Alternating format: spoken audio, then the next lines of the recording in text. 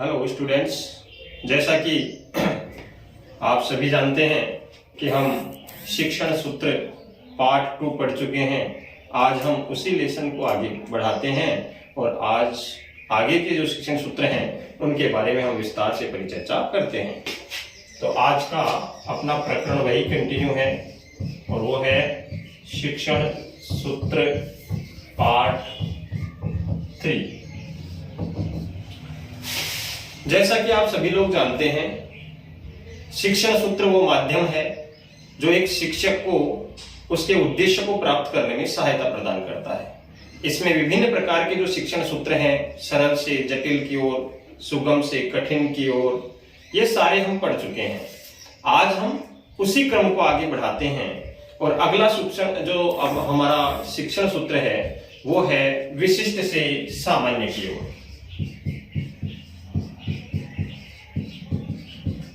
विशिष्ट से सामान्य की ओर। स्टूडेंट्स, बच्चों को पढ़ाते समय बालक को कोई भी अगर हमें नया ज्ञान देना है तो उसके लिए हम विशिष्ट उदाहरण लेते हैं और उन विशिष्ट उदाहरणों के आधार पर जो सामान्य तत्व है उसका बोध कराते हैं। यही है विशिष्ट से सामान्य की ओर शिक्षण सूत्र। ये जो शिक्षण सूत्र है ये आगमन विधि के ऊपर आधारित होता है। इसको अगर हम समझने का प्रयास करें तो एक क्रिया होती है वाष्पीकरण की क्रिया। हमें बच्चों को क्या समझाना है? वाष्पीकरण की क्रिया। कैसे? आप जानते हैं कि वाष्पीकरण की जो क्रिया है उसके परिणाम स्वरूप ठंडक पैदा होती है।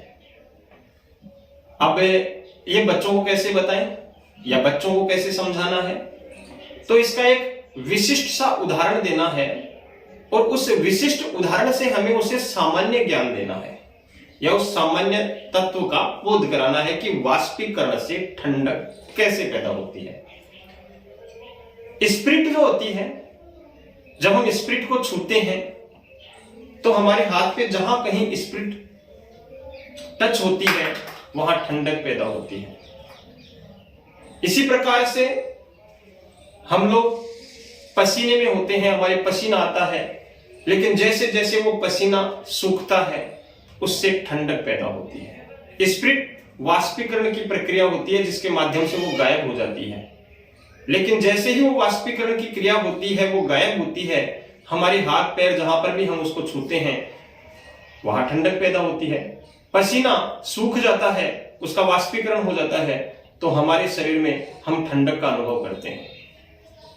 तो साथियों, इसी से स्पष्ट होता है कि हमें बच्चों को जो पढ़ाना है, जो ज्ञान देना है, उसके लिए सामान्य तत्व का बोध कराने के लिए हमें उसे विशिष्ट उदाहरण के माध्यम से स्पष्ट करना होगा। इसी प्रकार से हम बच्चों को संज्ञा स्पष्ट करना चाहते हैं, संज्ञा के बारे में बताना चाहते हैं। अब संज्ञा के प्रकार होते हैं, उन सबको समझाने के लिए, संज्ञा को स्पष्ट करने के लिए हमें विशिष्ट उदाहरण बच्चों के सामने प्रस्तुत करने होंगे। जैसे नाम है, वस्तु का नाम है, स्थान का नाम है, व्यक्ति का नाम है, ये सारी चीजों के उदाहरण उनको दे करके और फिर हम उनको समझाने का प्रयास करते हैं कि संज्ञा क्या होती है। इसी प्रकार से अगला जो है वो है अनुभव से तर्क की ओर। अगला है अनुभव से तर्क की ओर। आप सभी लोग इस बात को जानते हैं कि प्रारंभ में बालक का जो ज्ञान है, यानी हमें जितना भी ज्ञान प्राप्त होता है, बचपन में से लेकर के हम अपने बाल्यकाल में जितना ज्ञान प्राप्त करते हैं, उसका बहुत सारा जो हिस्सा है उस ज्ञान का, वो अनुभव के ऊपर आधारित होता है। यानी इस उम्र में अब हमारा जो ज्ञान है वो अनुभव के साथ साथ में तर्क के ऊपर आधारित है, युक्ति संगत आधार पे हमारा अनुभव जो है वो आधारित है। लेकिन प्रारंभ में जो बालक ज्ञान प्राप्त करता है अपने परिवेश से, अपने आसपास के वातावरण से, अपने परिवार से, अपने समाज से, वो जो कुछ सीखता है, उसे जो कुछ ज्ञान मिलता है, उसका वो ज्ञान अनुभव के ऊपर आधारित होता है। और ये जो शिक्षण सूत्र है, इस शिक्षण सूत्र का मतलब क्या है? इसका मतलब यह है कि अनुभव से जो ज्ञान प्राप्त किया है उस ज्ञान को तर्क या युक्ति संगत आधार पे आधारित करना, तर्क युक्त करना, युक्ति संगत करना। इसका हम लोग अपनी भाषा में अगर समझने का प्रयास करें तो ये जो ज्ञान है, अनुभव से हमने जो कुछ सीखा है, अनुभव से हमने जो कुछ समझा है, उस अनुभव के ज्ञान को तर्कबद्ध करना ही इस शिक्षण सूत्र का उद्देश्य होता है। जैसे बाल्यकाल से हम देखते आ रहे हैं, जब रात होती है आसमान में तारे खिल जाते हैं, बहुत सारे तारे होते हैं, लेकिन जैसे ही सूर्योदय होता है वो तारे गायब हो जाते हैं। ये चीज हमने बचपन से देखी है ना, बचपन से देख रहे हैं, हमने अनुभव किया है। अब इस समय वो अनुभव जो है वो तर्कयुक्त हो गया है, यानी हम इस बात को जान गए हैं कि सूर्योदय होते ही तारे क्यों गायब होते हैं। लेकिन बचपन में हमारा केवल अनुभव था, हमने देखा था कि रात्रि में तारे उदय होते हैं और दिन में अस्त हो जाते हैं। इसी प्रकार से हम सब जानते हैं कि सर्दियों में दिन छोटे होते हैं, गर्मियों में दिन बड़े होते हैं। ये तो अब जानते हैं ना। इसका कारण क्या है वो अब जानते हैं हम लोग, क्योंकि अब हमारा जो ज्ञान है वो युक्ति संगत हो गया है, तर्कबद्ध हो गया है। लेकिन प्रारंभ में बाल्यकाल से हम लोग अनुभव कर रहे थे कि सर्दियों में जो दिन है वो छोटे होते हैं और गर्मियों में दिन बड़े होते हैं। लेकिन उनका तर्क, उनका कारण क्या है वो हम स्पष्ट नहीं कर सकते थे, क्योंकि वो हमें उस समय पता नहीं था।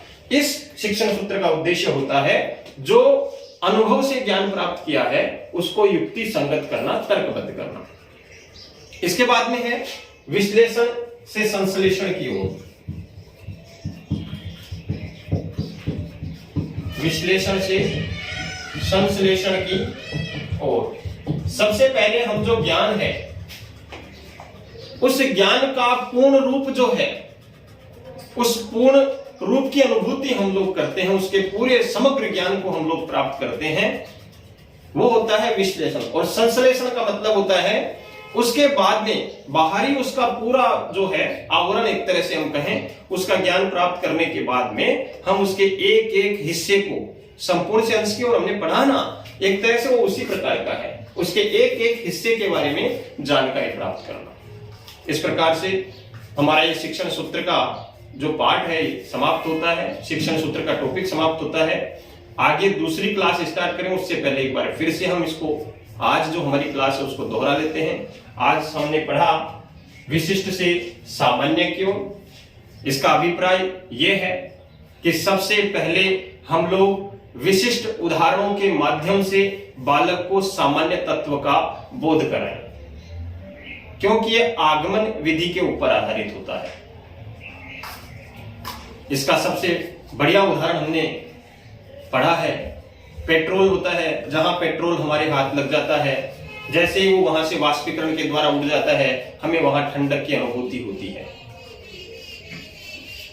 तो ये विशिष्ट उदाहरण है जिसके माध्यम से हम वाष्पीकरण के कारण से, वाष्पीकरण के परिणाम स्वरूप ठंडक पैदा होती है। ये बात अच्छे से बच्चों को पढ़ा सकते हैं। इसके बाद में हमने पढ़ा अनुभव से तर्क की ओर। हमें जो प्रारंभ में अनुभव होता है इसके बारे में हमने पढ़ा कि एक बच्चे को जो बाल्यकाल में उसने जितना ज्ञान प्राप्त किया है उसका बहुत बड़ा जो हिस्सा है वो अनुभव के ऊपर आधारित होता है। लेकिन उस समय जो ज्ञान प्राप्त हुआ वो तार्किक ज्ञान नहीं होता है, तर्क के ऊपर आधारित ज्ञान नहीं होता है। धीरे धीरे करके हम इस उम्र में यहां तक पहुंचे हैं तो हमारा जो अनुभव का ज्ञान है वो अब तर्कबद्ध हो गया है, युक्ति संगत हो गया है। अर्थात जैसे सर्दी में दिन बड़े होते हैं, गर्मी में छोटे होते हैं, ये अनुभूति तो हमने शुरू से की है, लेकिन अब जाकर के हम ये समझ पाए हैं कि सर्दी में दिन बड़े क्यों होते हैं और गर्मियों में, सर्दी में दिन छोटे क्यों होते हैं और गर्मियों में दिन बड़े क्यों होते हैं। रात्रि में तारे क्यों उदय होते हैं, दिन होते ही, सुबह होते ही वो तारे क्यों गायब हो जाते हैं। ये चीज तो हम समझ पाए ना। इसी प्रकार से अगला अपना है विश्लेषण से संश्लेषण की ओर। सबसे पहले ये एक तरह से संपूर्ण से अंश की ओर जो हमने सिद्धांत पढ़ा है साथियों उसी प्रकार का है। सबसे पहले हम समग्र ज्ञान को प्राप्त करते हैं और उसके बाद में उसके जो एक एक हिस्से हैं, छोटे छोटे पार्ट हैं, उनके बारे में हम लोग ज्ञान प्राप्त करते हैं। तो इस प्रकार से हमारी शिक्षण सूत्र की ये क्लास समाप्त होती है। धन्यवाद।